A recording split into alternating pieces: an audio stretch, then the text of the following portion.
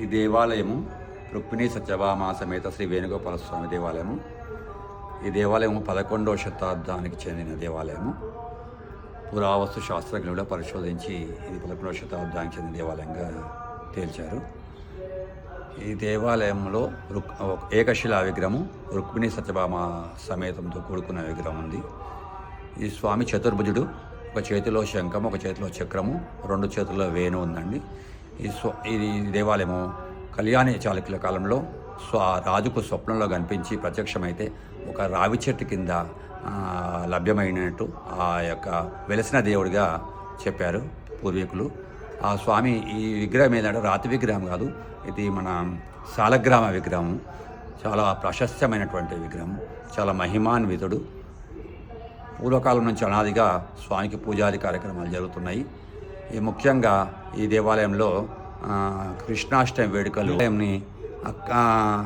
కాలక్రమేణా కొంచెము శిథిలమైతే అక్కన్న మాదన్న వాళ్ళు భక్త రామదాస్ మేనమావులైనటువంటి అక్కన్న మాదన్న వాళ్ళు ఈ దేవాలయాన్ని కొంచెం జీర్ణోద్ధరణ చేయించారు.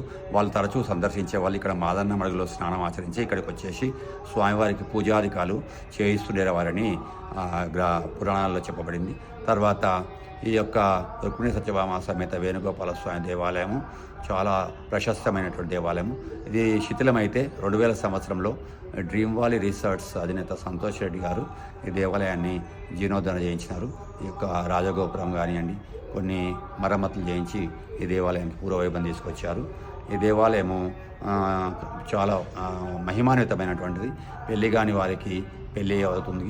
తర్వాత సంతానం కాని వాళ్ళకి చాలామందికి ఎంతోమంది సంతానం కాని వాళ్ళు వచ్చి ఇక్కడ స్వామివారికి మొక్కుకొని సంతానాన్ని పొందినారు.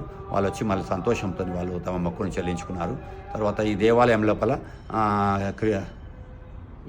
మెట్ల బావి, ఈ మధ్యకాలంలో మెట్ల బావి కూలిపోయి నుండే ఆ మెట్ల బావి బయటపడ్డది. ఈ మన కల్పన రమేష్ అనే మేడం గారు ఆ మెట్ల బావిని మంచిగా పునరుద్ధరించారు, మంచిగా అందంగా తీర్చిదిద్దారు. చుట్టుముట్టంతా కూడా మొక్కలు నాటి బృందావనంగా చేశారు. తర్వాత ఈ దేవాలయంలో కృష్ణాష్టమి వేడుకలు చాలా బ్రహ్మాండంగా జరుగుతాయి. మంచిర్యాల గ్రామానికి చెందిన భాస్కర్ అనే భక్తుడు 1000 కలశాలతోని సహస్ర కలశాభిషేకం చేయిస్తాడు. తర్వాత వైకుంఠ ఏకాదశి ఉత్తరద్వారం లేకుండే ఎన్వీరావు సార్ అనే అతను ఇక్కడ ఉత్తరద్వారం చేయించాడు. అప్పటి నుంచి ఈ యొక్క ఉత్తరద్వారం వైకుంఠ ఏకాదశి బ్రహ్మాండంగా అంగరంగ వైభవం జరుగుతుంది. మళ్ళీ తర్వాత జ్యేష్ఠ శుద్ధ పాడ్యం నుంచి బ్రహ్మోత్సవాలు ప్రారంభమవుతాయి. ఈ బ్రహ్మోత్సవాలు కూడా చాలా శాస్త్రోక్తంగా ఎటువంటి లోపాలు లేకుండా ఆ పురాణ కాలంలో ఎలా జరిగేవి అలాగే శాస్త్రోక్తంగా మంచిగా ఈ యొక్క బ్రహ్మోత్సవాలు జరపబడతాయి. ఈ యొక్క ఆలయము ఔటర్ రింగ్ రోడ్కు ఆనుకుని ఉంది. మన గచ్చిబౌలి నుంచి పోలీస్ అకాడమీకి పోయే దారి లోపల ఓఆర్ఆర్ సర్వీస్ రోడ్కు ఆనుకుని ఉన్న దేవాలయము చాలా ప్రశస్తమైనది. ముందర కూడా అన్నీ కూడా మంచి మర్రి చెట్లు, మేడి చెట్లు అన్నీ కూడా ఈ దేవాలయానికి ఏవైతే అవసరమో ఆ యొక్క మొక్కలు నాటాము. అవి వృక్షాలుగా వెళ్ళినాయి.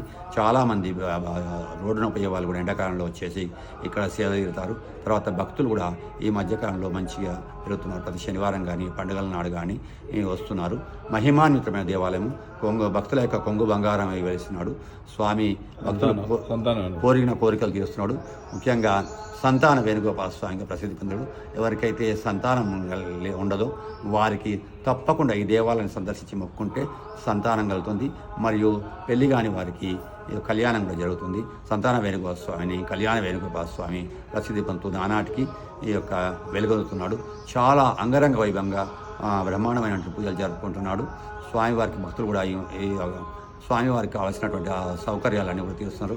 మేడం లలితా స్వాతి అనే మేడం ప్రతిరోజు ఆమె దేవాలయానికి ఆ స్వామివారికి ఉత్సవ విగ్రహాలకు ఎన్ని పూలు పడతాయో ప్రతిరోజు గత 10 సంవత్సరాలుగా కూడా ఆమె పూలమాలలు స్వామివారికి నివేదిస్తున్నది.